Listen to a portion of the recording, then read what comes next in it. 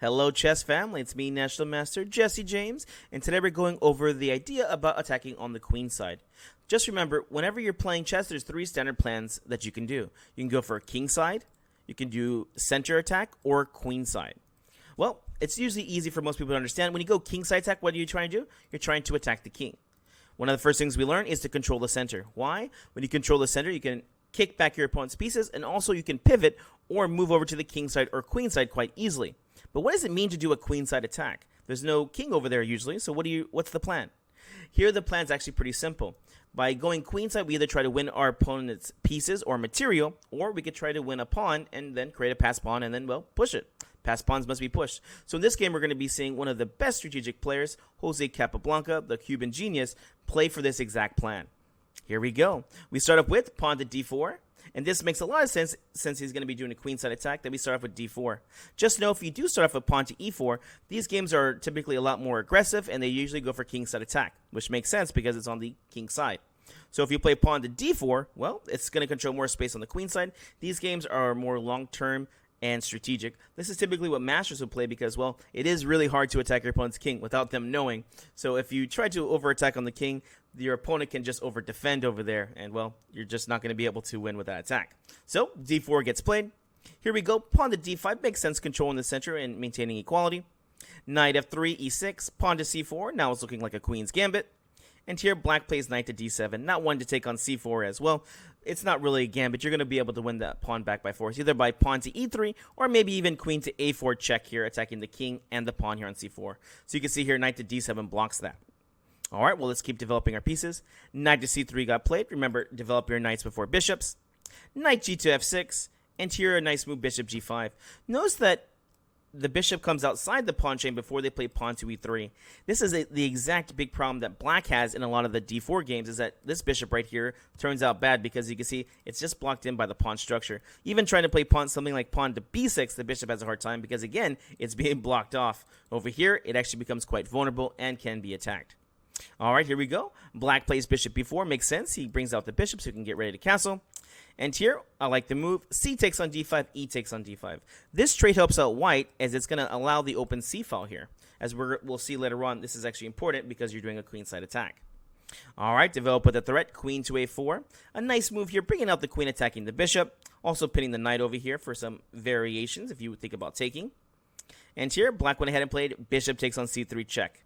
I know if I'm playing white here, I'm very happy as I've just won the bishop pair, meaning, well, white now has both bishops and black has given one away. All right, pawn takes. Now I've got a very strong center here too. Castles happens. Pawn to e3. Makes sense. I want to get this bishop out as soon as possible.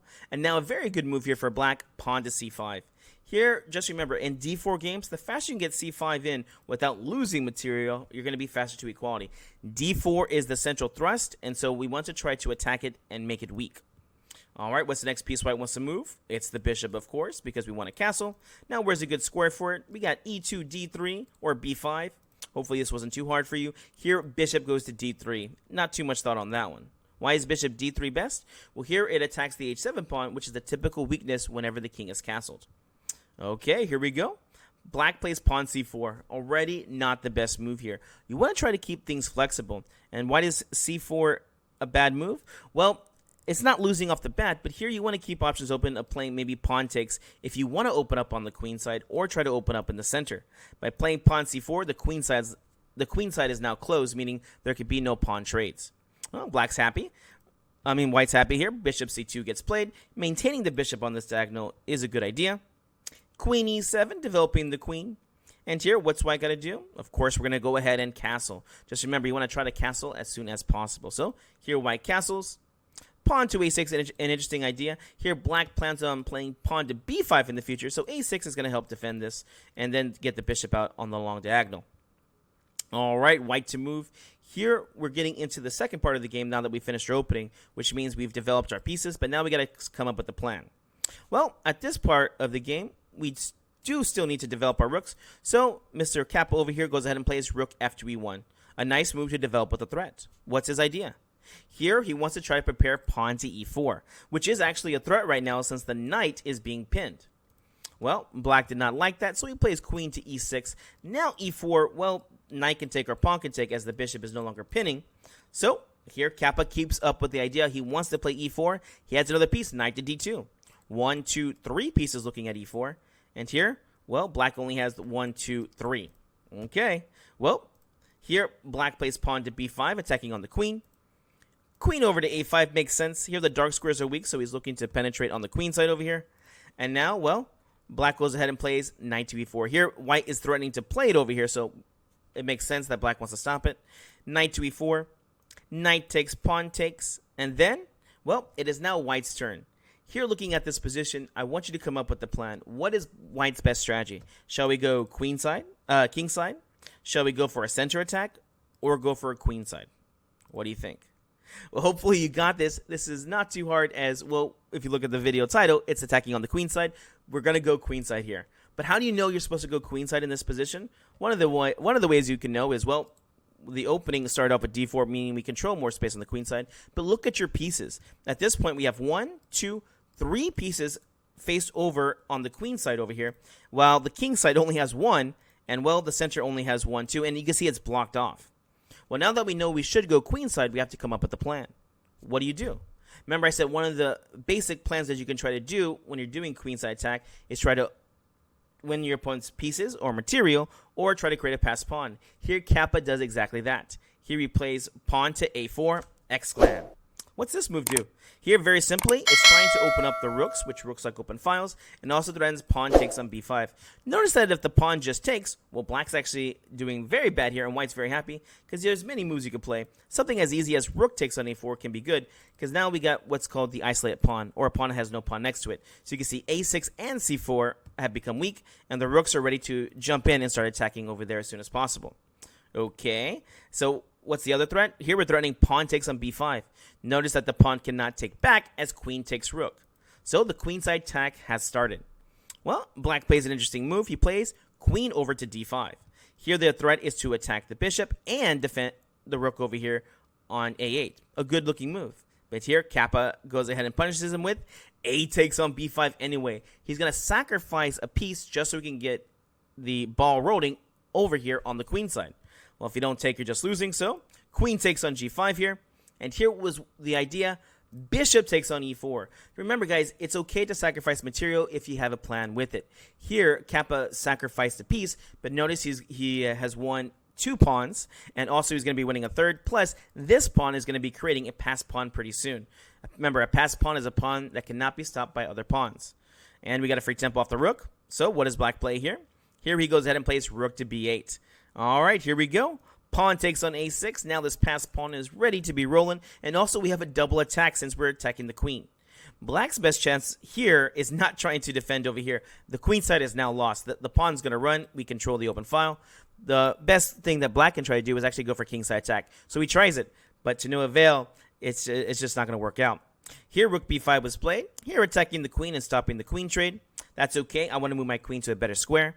Queen c7 gets played. Looking to control more squares over here on the queen side. Remember, this is where the pawn's heading, so these are the queen squares, which is very good. And also attacking the unprotected pawn here on c4. The game ends quite soon here. All right, knight to b6 gets played. Makes sense. Here, it's going to control the queen square, but also defend the pawn on c4. But Capa is relentless. Here we go, pawn a7. Remember, each time the pawn moves forward, the stronger it gets as it's getting ready to become a queen. Okay, here we go. Develop with a threat. Bishop to h3 gets played. Kind of a mute threat or a pseudo threat, not really a threat here. As queen takes g5 is not really, queen takes on g2 checkmate's not really being threatened yet because the bishop is blocking. This is actually one of the best pieces on the board. Notice how it's defending the weakest square and also getting ready to help a new queen come into the game. All right, a very nice move here by Capa. Here, one of the ideas is you like to make a queen, but the knight is defending. So, what do? We're going to get rid of the knight. Can you problem solve that? White to move. What's the best plan here to get rid of that knight? Hopefully you found it. Here you play the very good idea of rook e to b1. Wait a second, you said get rid of the knight. Well, yes, we need to get rid of the knight, but look for the main defender. It's this rook. If you can get rid of this rook, then the knight instantly becomes weak. Okay, well, black really has nothing better. Here we're threatening rook takes and then pawn takes to win. So he went ahead and played rook takes. Rook takes. Now you see, after rook takes, now we're threatening the knight, and also maybe ideas about rook b8, and again, threatening to make another queen. Okay, here black tried pawn to f5, attacking the bishop. If you can get rid of this guy, maybe you can get checkmate on g2. Again, like I said, it's actually a lot easier to defend in this type of position than it is to attack. So here, Capa just keeps it simple. He plays bishop to f3, and here pawn to f4 got played. Unfortunately, this is just losing right off the bat, and here it doesn't take long. Here, Capa finds the best move. Remember, when you're looking for moves, always look for checks, captures, and threats. He goes ahead and plays. Pawn takes on f4, and at this point, black resigns. Wait, why did this happen? Can't you just take on f4? Any way that you try to capture on f4, it's going to be lost. And here we won a tempo because we're attacking the queen. When the queen moves, you can just take the knight or look about trying to make a queen. Here, best will be to try to just take the queen. Wait a second, can we just take rook takes on f4? Again, like I said, it's just losing. Here, rook takes on b6. Rook takes on f3. And here, well, we have a forced mate. Queen check over here. Rook back to f8.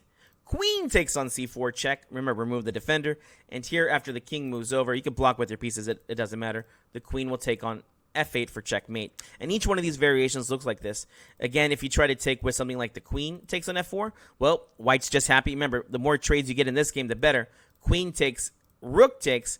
Now you can either take the bishop over here, or you can play rook takes the knight. Any way you look at it, it's just going to be a win. All right, guys, hope you enjoyed this. We'll see you in the next video.